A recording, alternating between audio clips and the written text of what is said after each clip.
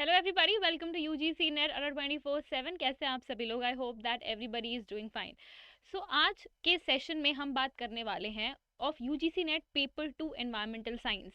सो बहुत सारे स्टूडेंट्स हैं जिनका पेपर 2 एनवायरमेंटल साइंस होता है, एंड जैसे कि मैं देख रही हूँ बहुत सारे स्टूडेंट्स की क्वेरीज भी आ रही थी बिकॉज सिंस मेरा जो नेट क्वालिफाई हुआ है 3 times I have qualified net in environmental science. तो काफ़ी स्टूडेंट्स जो एनवायरमेंटल साइंस के हैं और अपनी क्लासेस में भी मैं बताती रहती हूँ, सो मुझे पर्सनल क्वेरीज भी आ रही थी that ma'am please do a session around कि कैसे हम प्रिपरेशन स्टार्ट करें for paper 2 environmental science.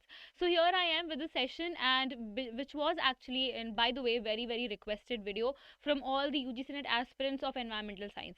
So let's decode this and we'll see a step by step procedure कि कैसे आप अपनी प्रिपरेशन को किक स्टार्ट दे सकते हैं। अगर आप पहली बार प्रिपरेशन कर रहे हैं तो आपकी क्या स्ट्रैटेजी होनी चाहिए, एंड अगर आप पहले भी पेपर दे चुके हैं स्टिल आपकी क्या स्ट्रैटेजी होनी चाहिए। तो पहले हम फोकस करेंगे कि अभी आपको कुछ भी नहीं पता है, you are the beginner, you are the fresher, और आप पहली बार यूजीसी नेट का एनवायरमेंटल साइंस का पेपर देने जा रहे हैं, पेपर 2, और आपको इसके बारे में कुछ भी आइडिया नहीं है।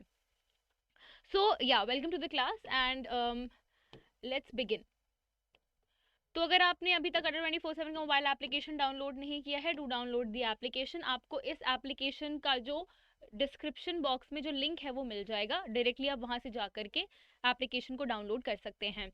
And these are all the features जो आपको यहाँ पर एक्सेस करके आप ले सकते हैं। प्लस जब भी आप ऐप डाउनलोड करते हैं आप सुपर कॉइन्स गेन करते हैं, और सुपर कॉइन्स आप रिडीम कर सकते हैं कभी भी जब आप पेड बैचेस में एनरोल करते हैं, आपको एक्स्ट्रा डिस्काउंट मिल जाएगा। देन अगर आप नए हैं चैनल पर, आपने अभी तक सब्सक्राइब नहीं किया, then do subscribe to the channel as well. Let's begin. So सबसे पहले एनवायरमेंटल साइंस का पेपर 2 है, आपको how to start the preparation. पहले मैं आपको एक बात बताना चाहती हूँ कि आपको ये पता होना चाहिए कि आपका टारगेट क्या है। दैट मीन्स कुछ बच्चे ऐसे होते हैं जो सिर्फ और सिर्फ यूजीसी नेट को टारगेट कर रहे हैं, कुछ बच्चे ऐसे हैं जो नेट प्लस जेआरएफ चाहते हैं इन देयर फर्स्ट अटेम्प्ट, या फिर कई बार से उनका नेट निकल रहा है लेकिन जेआरएफ नहीं हो पा रहा तो वो जेआरएफ चाहते हैं। तो ये आपके जो है वो दो डोमेन ऑफ स्टूडेंट्स है, जो नेट और नेट प्लस जेआरएफ दो की कैटेगरी में आते हैं। इसको जानने के लिए, इसको समझने के लिए आपको जानना पड़ेगा about the cut off trends, कि भाई जो हमारा एनवायरमेंटल साइंस पेपर 2 है उसमें जनरल कैटेगरी के लिए या फिर रिजर्व कैटेगरी के लिए हर साल कितनी कट ऑफ जाती है। सो मेरे पास ये क्लिप है आप लोगों के लिए, एक स्निपशॉट है एक्चुअली एनवायरमेंटल साइंस का, जिसका कोड है 89। सो अगर आप अनरिजर्व कैटेगरी के लिए देखेंगे, आपके 2020 का है, मैं पहले ही बता देती हूँ 2020 का है। जो आपका असिस्टेंट प्रोफेसर के लिए जो कट ऑफ गई थी, कट ऑफ मार्क्स गए थे वो 162 थे, और जो आपके उसके जेआरएफ के लिए गए थे वो थे 180। सो आपका 162 और 180 ये दोनों जनरल कैटेगरी के लिए कट ऑफ गया था। ईडब्ल्यूएस की बात करें तो 148 पर नेट हुआ था और 170 पर नेट जेआरएफ हो गया था। That means paper was quite tough. उसके बाद ओबीसी की बात करें तो 148 अगेन और 168 पे जेआरएफ हुआ, तो ज़्यादा कोई डिफरेंस नहीं है ईडब्ल्यूएस और ओबीसी में। एससी की बात करें तो 140 और 158, और एसटी की बात करें तो आपका 134 एंड 146 ये आपका कट ऑफ गया था for net and JRF respectively. अब बात करते हैं दिसंबर 2021 और जून 2022 का जो पेपर मर्ज हुआ था, जब बहुत सारे एस्पिरेंट्स अपीयर हुए थे, उस टाइम क्या कट ऑफ ट्रेंड गया था पिछली बार का। अनरिजर्व्ड के लिए 188 मार्क्स गया था, बढ़ गया आपका कट ऑफ, और जेआरएफ के लिए 206 गया था। आप देख सकते हैं 180 से सीधे 220 मार्क्स का डिफरेंस आया। दैट मीन्स ज़्यादा, क्योंकि ज़्यादा स्टूडेंट्स भी अपीयर हुए थे, मर्ज हुई थी साइकिल। देन ईडब्ल्यूएस के लिए 174 था और जेआरएफ के लिए 194 कट ऑफ मार्क्स गया था आपका। उसके बाद ओबीसी के लिए 176 था फॉर नेट असिस्टेंट प्रोफेसर, यानी कि नेट प्लेन नेट सर्टिफिकेट, और 194 था जेआरएफ और असिस्टेंट प्रोफेसर के लिए आपका ओबीसी का। एससी का 164 था फॉर नेट एंड 182 था फॉर जेआरएफ। एसटी के लिए 158 था फॉर असिस्टेंट प्रोफेसर एंड 176 था फॉर जेआरएफ। तो ये आपका डिफरेंस ऑफ कट ऑफ है। तो यानी कि अगर आप इस कट ऑफ ट्रेंड के हिसाब से देखें तो आपको अगर सेफ स्कोर चाहिए, यानी कि अगर आप नेट सेफली स्कोर करना चाहते हैं, टारगेट फॉर 180 प्लस मार्क्स, और अगर आप जेआरएफ स्कोर करना चाहते हैं, सेफ होना चाहते हैं कि भाई हमारा जेआरएफ हो जाए, please target 200 plus marks. That means आपको पेपर 1 और पेपर 2 दोनों पर ही इक्वल जो है वो अटेंशन देना पड़ेगा। लेकिन इस क्लास में, इस पर्टिकुलर सेशन में हम पेपर 1 के बारे में बात नहीं करेंगे। We will just be focusing on paper 2, क्योंकि पेपर 1 पर ऑलरेडी मैंने कई सारे सेशंस लिए हुए हैं। आप जाकर के पॉपुलर वीडियोस में भी देख सकते हैं। एक मेरी वीडियो भी है जहाँ पर मैंने कंप्लीट 10 यूनिट्स की प्रिपरेशन करवाई है और बहुत अच्छे से बताया है डिटेल में, तो आप वहाँ पर जाकर के देख सकते हैं। आई थिंक अराउंड काफ़ी सारे व्यूज़ भी हैं उस पर्टिकुलर वीडियो पे, तो पॉपुलर वीडियोज़ में आपको वो पर्टिकुलर वीडियो मिल जाएगी। सो इस पर्टिकुलर सेशन में हम सिर्फ और सिर्फ पेपर 2 पर फोकस करेंगे। देन स्टेप्स देख लेते हैं। सबसे पहले नो योर सिलेबस। जी हाँ, अगर आपको सिलेबस ही नहीं पता है then how are you going to proceed further. तो मैं आपको एक बार सिलेबस दिखा देती हूँ पेपर 2 का, एनवायरमेंट साइंस का। The syllabus contains 10 units. किसी भी पेपर 2 में आप कोई भी सब्जेक्ट के हों, आपके जो पेपर 2 में होते हैं 10 यूनिट्स, राइट। सो 10 यूनिट्स हैं आपका। सबसे पहला है फंडामेंटल्स ऑफ एनवायरमेंटल साइंस। यहाँ से काफ़ी क्वेश्चंस आते हैं। इनफैक्ट मैं आपको बता दूँ 200 में से एटलीस्ट अराउंड 16 टू 20 मार्क्स, मतलब 18 टू 20 मार्क्स आपके आते हैं unit 1 fundamentals of environmental science में। फिर आता है एनवायरमेंटल केमिस्ट्री, जो बच्चों को काफ़ी ज़्यादा टफ भी लगता है। इट्स बिट टफ, क्योंकि यहाँ पर जो आपको न्यूमेरिकल्स आते हैं, एयर पोल्यूशन से भी न्यूमेरिकल्स, थोड़ा सा केमिकल बेस्ड, मतलब केमिस्ट्री बेस्ड है। नॉर्मेलिटी आपका हो गया, मोलालिटी हो गया, फिर वॉल्यूम वाले जो क्वेश्चंस आते हैं वो आते हैं। फिर आपका जो है वो कन्वर्जन क्वेश्चंस आते हैं आपके, माइक्रोन्स टू जो है वो मॉलिक्यूलर वेट निकालने के लिए आता है। तो बहुत सारे अलग अलग एटमॉस्फेरिक प्रेशर से भी क्वेश्चंस आते हैं। फिर आपके वेलोसिटी से क्वेश्चंस आते हैं। So there are lot of things जहाँ आपको एनवायरमेंटल केमिस्ट्री में डील करना पड़ता है। So it's a bit difficult. फिर आता है एनवायरमेंटल बायोलॉजी। एनवायरमेंटल बायोलॉजी से भी काफ़ी क्वेश्चंस आते हैं and it's a bit easier. Fundamentals of environmental science easy भी है, प्लस ज़्यादा क्वेश्चंस भी आते हैं। एनवायरमेंटल बायोलॉजी से भी अराउंड आपके यही होते हैं, 10 क्वेश्चंस ऑलमोस्ट आते हैं। Environmental Jio sciences is also easier. Energy and environment से भी काफ़ी क्वेश्चन आते हैं। इससे काफ़ी न्यूमेरिकल बेस्ड क्वेश्चन भी आते हैं। आपको इनपुट आउटपुट और आपको जो है वो एरिया वगैरह दे दिया जाता है। आपको सोलर एनर्जी की एफिशिएंसी के बारे में पता करना होता है, विंड पावर के बारे में पता करना होगा, टाइडल पावर के बारे में पता करना होगा, एनर्जी एफिशिएंसी के बारे में पता करना होगा, कार्नोट्स इंजन से क्वेश्चन आ जाते हैं। So there are a lot of things जहाँ आपको एनर्जी एंड एनवायरमेंट से भी क्वेश्चन आते हैं। फिर आता है आपका environmental pollution and control. Pollution से काफ़ी क्वेश्चंस आते हैं, चाहे वो न्यूमेरिकल हो चाहे वो स्टैटिक क्वेश्चंस हो, DALR ALR इस तरह से भी क्वेश्चंस आते हैं। लैप्स रेट पे क्वेश्चन आते हैं, टाइप ऑफ प्लूम्स पे क्वेश्चन आते हैं, sorry. Solid and hazardous waste management, environmental assessment management and legislation, इसमें जो है वो आपका EIA वगैरह पे क्वेश्चंस आ जाते हैं। फिर आता है आपका unit 9 statistical approaches and modelling. ये काफ़ी टफ लगता है बच्चों को। इसमें ANOVA, chi square test, T test, इससे न्यूमेरिकल्स भी आते हैं, standard deviation, mean deviation, arithmetic mean, geometric mean, harmonic mean, इन सब से भी क्वेश्चंस आते हैं और काफ़ी क्वेश्चंस आते हैं। देन आपका F टेस्ट से क्वेश्चंस आता है, रिग्रेशन से क्वेश्चन आता है, कोरिलेशन से क्वेश्चन आता है, थ्योरी क्वेश्चंस भी आते हैं, प्लस न्यूमेरिकल भी। तो आप सिर्फ ये नहीं सोच सकते कि आप थ्योरी थोड़ा बहुत आपने पढ़ ली, उतना डिटेल कॉन्सेप्चुअली नहीं पढ़ा और जो है वो बस आपने न्यूमेरिकल के फॉर्मूला याद कर लिया और आपका क्वेश्चन लग जाएगा या सॉल्व हो जाएगा। इस बार का जो पेपर हुआ है, जो मैंने एनालिसिस देखा है, काफ़ी अलग प्रकार के क्वेश्चन आए थे। बस एक ट्रेंड मैं देख रही हूँ जो NTA फॉलो करने लग रहा है।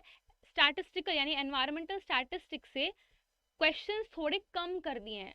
मतलब जो अगर मैं 2020 वाले एरा की बात करूं, जो आपका जून में पेपर हुआ 2021 में, उसकी अगर बात करूं तो काफ़ी जो है, मैंने एनवायरमेंटल साइंस का पेपर देखा, उसमें जो है वो स्टैटिस्टिक्स के मुझे कोई क्वेश्चंस नहीं दिखे। सो अभी दिसंबर वाला अटेम्प्ट हम देखेंगे, एनालाइज करेंगे कि कैसे क्वेश्चन आए हैं। अगर इस बार स्टैटिस्टिक्स से क्वेश्चंस आए होंगे अच्छे खासे, तो आपके पास गोल्डन चांस है जून में शायद क्वेश्चंस कम आए। फिर आता है आपका यूनिट 10, यहाँ पे कॉन्टेम्प्रेरी एनवायरमेंटल इश्यूज, जो भी आपके लॉज वगैरह हैं, इन सबसे रिलेटेड क्वेश्चंस आ जाते हैं। तो ये आपका 10 यूनिट है। यहाँ पर आप देख सकते हैं डिटेल में आपको सारा का सारा जो है वो रिमोट सेंसिंग, GIS, ये सब भी आता है। केमिस्ट्री में आपको थर्मोडाइनमिक्स के लॉज भी पढ़ने हैं, कॉम्पोजिशन ऑफ एयर पढ़ना है, hydrological cycle, water, BOD COD से भी न्यूमेरिकल आते हैं। फिर आपके जितने भी टॉक्सिक केमिकल्स हैं, ऑर्गेनोफॉस्फेट, ऑर्गेनोक्लोरीन्स, इन सब से भी क्वेश्चंस आते हैं। आपको फिर एनालिटिकल मेथड से भी क्वेश्चन आते हैं कि भाई हम जो है वो यूवी वीआईएस कौन सी स्पेक्ट्रोमेट्री किस चीज़ को डिटेक्ट करने के लिए करते हैं, आस सेम टेम किस लिए करते हैं, एक्सआरएफ एक्सआरडी किस लिए करते हैं, पेपर क्रोमेटोग्राफी किस लिए होता है। फिर एनवायरमेंटल बायोलॉजी में आपको पूरा इकोसिस्टम आता है, बायोम्स आते हैं, पॉपुलेशन इकोलॉजी है, कम्युनिटी इकोलॉजी है, बायोडाइवर्सिटी है, national parks, everything, toxicology and microbiology है, इसमें आपको बायोडाइवर्सिटी कंजर्वेशन है। एनवायरमेंटल जियो साइंसेज में आपको पूरा का पूरा लिथोस्फेयर पढ़ना होता है, क्रस्ट, मेंटल, उसके बाद से फिर डिसकंटिन्यूटी, बोमेंस रिएक्शन सीरीज, जो आपके मोस्ट रिपीटेड टाइप ऑफ चीज़ें हैं। ठीक है, फिर आपका जो है वो ग्राउंड वाटर आ गया। ग्राउंड वाटर डार्सीज लॉ से क्वेश्चंस आते हैं जो न्यूमेरिकल क्वेश्चंस होते हैं। नेचुरल हजार्ड से क्वेश्चंस आते हैं, अर्थक्वेक हो गया आपका, वॉल्केनोज हो गए, एवरीथिंग। मतलब आप एक बार जो है वो सारा जो 10 यूनिट्स है उसमें जो सब टॉपिक्स हैं उनको आप एक बार देख लीजिएगा। ठीक है, अब हम बात करते हैं स्ट्रैटेजी की कि आपको स्टेप्स कैसे क्या क्या करना है। आपने सिलेबस जान लिया, अब ये देखिए कि आपके प्रीवियस ईयर में कैसे कैसे क्वेश्चंस आए थे। Analyse the PYQs, this is very very important for you to know कि किस तरह से क्वेश्चंस आपको पूछे जाते हैं। आप पीवाईक्यूज के लिए कोई भी बुक्स ले सकते हैं, मार्केट में बहुत सारे जो है वो सॉल्व पेपर की बुक्स आपको मिल जाएंगी और बहुत ज़्यादा महंगी भी नहीं होती हैं। ये सॉल्व पेपर्स आप ले लीजिए, उसमें डिटेल्ड जो है वो आपको आंसर को डिटेल्ड वे में एक्सप्लेन भी किया गया होता है। Then search for study material books which are best to start your preparation. बहुत ज़रूरी है कि आप ये जानें कि आप कहाँ से कौन सा स्टडी मटेरियल और बुक यूज़ करके अपनी प्रिपरेशन को स्टार्ट कर सकते हैं। बुक्स के बारे में, स्टडी मटेरियल के बारे में मैं आपको आगे की स्लाइड्स में डिटेल में बताऊंगी, लेकिन एक बार आप खुद से भी पर्सनल लेवल पर ढूंढें। अपनी जो मास्टर्स की बुक है, अगर आप मास्टर्स कर रहे हैं एनवायरमेंटल साइंस में, तो अपने नोट्स उसी टाइम बनाना शुरू कर दीजिए। इतने रिच बनाइए कि आपको जब बाद में आप नेट के लिए प्रिपरेशन कर रहे हैं तो आपको फालतू की मेहनत ना करना पड़े, एक्स्ट्रा ना पढ़ना पड़े। आप मास्टर्स में ही इतनी मेहनत कर लीजिए। मैं अपना पर्सनल एक्सपीरियंस आपको बता रही हूँ। मेरे जो नोट्स थे जो मैंने मास्टर्स में बनाए थे इतने रिच थे, ऑल्दो मेरे मास्टर्स में उतने ट्विस्ट एंड टर्न वाले क्वेश्चंस नहीं आते थे, पेस्टिसाइड्स नॉर्मल थे, लेकिन मैंने खुद ऑर्गेनोफॉस्फेट, ऑर्गेनोक्लोरीन, कार्बामेस, पायरेथ्रॉइड्स, LD50, एवरीथिंग, जितनी भी टॉक्सिसिटी से रिलेटेड चीज़ें थी सब कुछ इतना बढ़िया से प्रिपेयर किया था कि मुझे अपने मास्टर्स के साथ ही साथ नेट क्वालिफाई करने में बहुत ज़्यादा मदद मिली, जस्ट बिकॉज मेरे पास रिच कंटेंट था अपनी मास्टर्स में। Then if you are a beginner, start from the scratch, zero से स्टार्ट करिए। सिलेबस से पढ़िए, सिलेबस को देखिए, लिखिए, एक एक चीज़ सर्च कीजिए, कौन कौन सी बुक्स आपको पढ़नी है, कैसे कैसे आपको कहाँ कहाँ से नोट्स आप प्रिपेयर कर सकते हैं, ऑनलाइन कौन सी क्लासेस है जो आप ज्वाइन कर सकते हैं। बेस्ट है कि अगर आप कोई पेड बैच जानते हैं, आप पेड बैच में सीधे ज्वाइन कर लीजिए, बिकॉज पेपर 2 का सिलेबस इतना वास्ट है।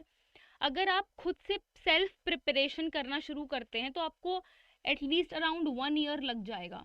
लेकिन अगर आप जल्दी से कोई चीज़ पाना चाहते हैं या जल्दी से आप चाहते हैं कि आपको स्टडी मटेरियल सब कुछ प्रॉपरली मिल जाए, चेंजिंग सिलेबस के साथ साथ आपकी प्रिपरेशन हो, सो इट्स बेटर कि आप किसी पेड बैच में एनरोल कर लें। अगर आप पेड बैच में एनरोल नहीं कर पा रहे हैं तो एटलीस्ट आपके पास कुछ बुक्स हैं जो होनी ही चाहिए, उन बुक्स के भी बारे में बताऊंगी, जिससे आपका UGC NET paper 2 environmental science का जो प्रिपरेशन है वो अच्छे से हो पाएगा। अगर आपको पता है, अगर आप बिगिनर नहीं हैं तो analyse your weakness and your strength. अगर आप ऑलरेडी पेपर दे चुके हैं, आपके पास ऑलरेडी बुक्स हैं, आप ऑलरेडी पेड बैचेस में एनरोल्ड रह चुके हैं, आपके पास सारा PDF है, सब कुछ है, तो आप ये एनालाइज कीजिए कि आप बार बार क्यों, ऐसा क्या रीज़न है कि आप नेट या JRF क्वालिफाई करने से रह जा रहे हैं। You your self will understand कि आपकी वीकनेस और स्ट्रेंथ क्या है। हो सकता है आप न्यूमेरिकल में वीक हैं, उसको जो है वो बार बार प्रैक्टिस कीजिए। हो सकता है आप पेपर 1 में कमज़ोर हैं तो पेपर 1 को प्रैक्टिस कीजिए। हो सकता है कि आप जो है वो चीज़ों को ज़्यादा टाइम तक रिटेन नहीं कर पाते हैं, कॉन्सेप्चुअली नहीं समझ पाते हैं, तो उसकी कॉन्सेप्चुअल अंडरस्टैंडिंग को समझिए। PYQs हमेशा लगाइए, क्वेश्चंस की इन डेप्थ स्टडी करिए। ठीक है, फिर focus on smart study. Studying everything will not guarantee your selection. Yes, that's right. ज़रूरी नहीं है कि 10 यूनिट है, 10 यूनिट में जितने सब टॉपिक्स हैं सब पढ़ जाओ। टेक इट फ्रॉम मी, मैंने सारे टॉपिक्स नहीं पढ़े हैं। जो मुझे प्रॉपर लगता था, जो मुझे लगता था कि हाँ मैं इसमें स्कोर कर सकती हूँ, ये मेरी स्ट्रेंथ है, मैंने वहाँ पर फोकस किया। अपनी वीकनेस को लेकर के मैं कभी भी एंग्शियस नहीं हुई हूँ, because that will never lead anything good. Practice questions regularly, regular basis पर प्रैक्टिस कीजिए। आपको 6 मंथ्स लगेंगे क्वालिफाई करने में, but if you have already done some preparation 3 months are enough. वही मैं कह रही हूँ कि अगर आप ऑलरेडी प्रिपरेशन करते आए हैं, पेपर कई बार दे चुके हैं, 3 मंथ की रेगुलर स्टडी आपके लिए काफ़ी होगी। मोस्ट टफ पार्ट होता है एनवायरमेंटल स्टैटिस्टिक्स एंड न्यूमेरिकल्स, इसीलिए आपको इनको जो है वो रिगरसली प्रैक्टिस करना होगा। ठीक है, तो ये सारे आपके पॉइंट हो गए। अब हम बात कर लेते हैं 10th पॉइंट में स्टडी मटेरियल की, कि स्टडी मटेरियल हम क्या क्या रख सकते हैं। सो अगर स्टडी मटेरियल की बात करें, ईपीजी पाठशाला, टेक इट फ्रॉम मी, मैंने यहीं से अपने मास्टर्स के नोट्स बनाए हैं। My master's notes were from EPG Pathshala. Richest content you will find on internet is EPG Pathshala. Down to earth magazine, in fact मैं अगर आपको अभी अपना फ़ोन दिखा सकती, मेरे पास हमेशा डाउन टू अर्थ मैगजीन के नोटिफिकेशंस आते रहते हैं। Best magazine to know about any environmental current news, current affairs भी पढ़ते रहिए साथ ही साथ, वेरी इंपॉर्टेंट। इकोलॉजी एनवायरनमेंट के लिए आप पीडी शर्मा यूज़ कर सकते हैं। गिलबर्ट की बुक मस्ट है टेक्नोलॉजी वाली चीज़ के लिए, पोल्यूशन वाली चीज़ के लिए, पोल्यूशन वाले चैप्टर के लिए। डायरेक्ट क्वेश्चंस आते हैं इस बुक से, डायरेक्ट क्वेश्चंस, तो गिलबर्ट तो सभी के पास होना ज़रूरी है। ईपी ओडम की फंडामेंटल्स ऑफ इकोलॉजी होना भी बहुत ज़रूरी है, ऑल्दो थोड़ा सा टफ पड़ता है लैंग्वेज वाइज, लेकिन फिर भी प्लीज़ ये बुक रेफ़र करना ना भूलें for environmental fundamentals of environmental science and environmental biology. फिर एनवायरमेंटल केमिस्ट्री के लिए आप AK डे ले सकते हैं। मैं जहाँ पढ़ती थी, मतलब मेरा जो यूनिवर्सिटी था लखनऊ यूनिवर्सिटी, वहाँ की जो लाइब्रेरी थी, हमने ये सारी बुक्स वहाँ से इशू करवा ली थी। And I am telling you this is the best book in environmental chemistry. Environmental geography के लिए आप सविंदर सिंह को भी फॉलो कर सकते हैं। सो अगर आप ऑनलाइन कंटेंट यूज़ कर रहे हैं, ऑफलाइन बुक्स यूज़ कर रहे हैं, ये आपके लिए बेस्ट सोर्स होंगे for acing up your preparation of UGC net paper 2 environmental science for June attempt of 2023. So yeah, all the very best guys. I hope कि आपको ये session अच्छा लगा. If yes, then like the session, share it and subscribe to the channel as well. I'll see you again tomorrow. Bye bye, take care.